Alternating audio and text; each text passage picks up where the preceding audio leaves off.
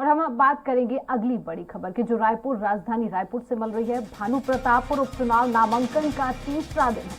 कांग्रेस भाजपा ने अभी तक उम्मीदवार की घोषणा नहीं की है। उपचुनाव के लिए 17 नवंबर तक नामांकन भरा जाना है। आपको बता दें 21 नवंबर को नामों की वापसी होगी और 5 दिसंबर को वोटिंग और 8 दिसंबर को रिजल्ट घोषित होगा।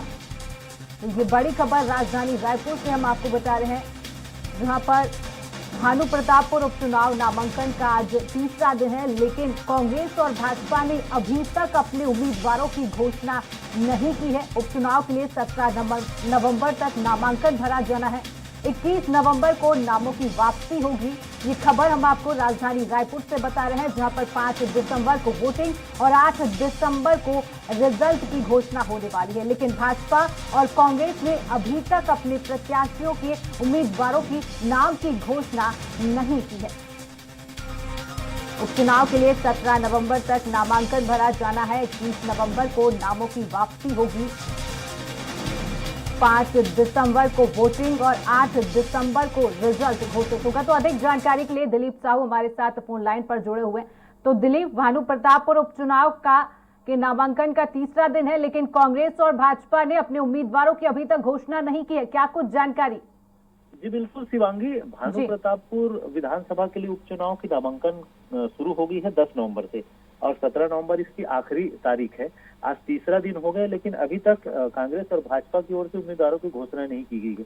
हालांकि कांग्रेस की बात करें तो चुनाव समिति की इनकी बैठक हुई थी 8 तारीख को और उस दरमियान करीब 14 नामों पर सहमति बनी थी। 14 नामों को लेकर चर्चा हुई थी। उसके बाद उसमें से एक नाम, अंतिम नाम फाइनल करना है। उस दौरान जो प्रदेश अध्यक्ष है मोहन मरकाम है, उन्होंने कहा था कि 15 नवंबर को एक बार फिर बैठक होगी और उस दिन अंतिम नाम को फाइनल कर दिया जाएगा। वहीं भाजपा की बात करें तो भाजपा की ओर से भी एक पर्यवेक्षकों की नियुक्ति की गई है भानु प्रतापपुर उपचुनाव के लिए और 4 पर्यवेक्षकों की जो टीम है, जिसमें पूर्व मंत्री रामविचार नेताम के अध्यक्षता में उन टीमों का दौरा हो चुका है भानु प्रतापपुर। और वहां के जो स्थानीय जनप्रतिनिधि है, बीजेपी के पदाधिकारी है, उनके साथ बैठकें करके नामों को लेकर एक सहमति बनाई गई है, जिसमें 16 नाम सामने आए हैं। इस तरह की बातें बताई जा रही है और 16 नामों में से उसको एक नामों का तय करना है। तो इसको लेकर भी एक लिस्ट बनाकर वे भाजपा चुनाव समिति के सामने रखेंगे। उसके बाद उन नामों पर चर्चा के बाद ही उन नामों की, उनमें से एक की घोषणा की जाएगी। तो इस तरह से दोनों पार्टियों की अपनी अपनी प्रक्रिया चल रही है। लेकिन क्योंकि 17 नवंबर तक नामांकन भरे जाना है और कुछ निर्दलीयों ने नामांकन की जो कॉपी है वो वहां से लिए हैं और ये बताया जा रहा है। हालांकि आप भी इस चुनाव में पार्टिसिपेट करेंगे। आप आम आदमी पार्टी की ओर से जो अध्यक्ष है कोमल उपेंडी, उनकी चुनाव में उतरने की संभावना जताई जा रही है। इसके अलावा बसपा जेसीसीजे ने भी अभी तक अपनी प्रत्याशियों की घोषणा नहीं की है और वहीं कुछ उम्मीदवारों ने अपने प्रत्याशियों के लिए नामांकन हालांकि खरीद ली है।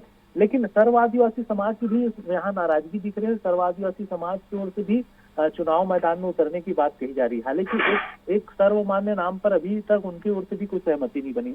इस तरह से किसी भी बड़ी पार्टी ने अभी तक अपने उम्मीदवार का नाम घोषित नहीं किया है।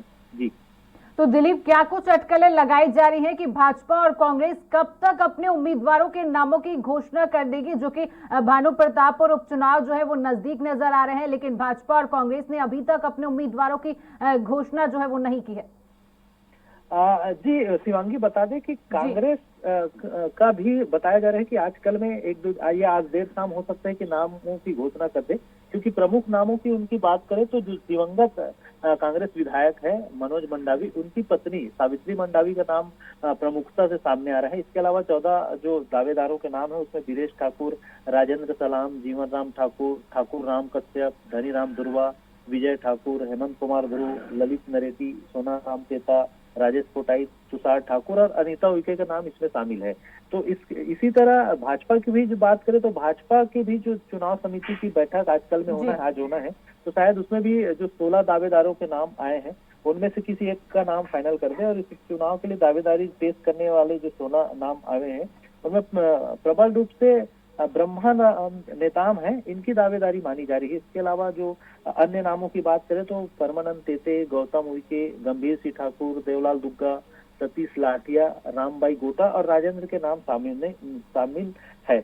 इसमें से जो देवलाल दुग्गा है वो पूर्व विधायक रह चुके हैं। हालांकि ब्रह्मानंद नेताम की दावेदारी प्रबल मानी जा रही है, और इसके अलावा जो जिला अध्यक्ष है सतीश लाटिया, ये भी मैदान पे है, लगातार दावेदारी अपनी प्रस्तुत कर रही हैं। इसके अलावा परमानंद तेते जो एनएमडीसी में असिस्टेंट मैनेजर है, ये भी अपनी दावेदारी कर रही है, और रामबाई जो जनपद की अध्यक्ष रह चुकी है, उनकी भी दावेदारी है। इस तरह सब देखना होगा। भाजपा की आज जब चुनाव समिति की बैठक होगी, उसमें अंतिम नाम को आज जारी कर देंगे कि फिर 1-2 दिन और वेट कर देंगे कि जब कांग्रेस अपना नाम तय करे तब। एक दूसरे दोनों पार्टी एक दूसरे की प्रत्याशियों को भी देख रहे हैं, कौन किसको फाइनल करते, तो उससे अपोजिट में किसे खड़ा किया जाए। इस तरह की भी कवायद चल रही है, इसलिए नामों की घोषणा में देरी हो रही है। जी दिलीप, तमाम जानकारी साझा करने के लिए बहुत शुक्रिया।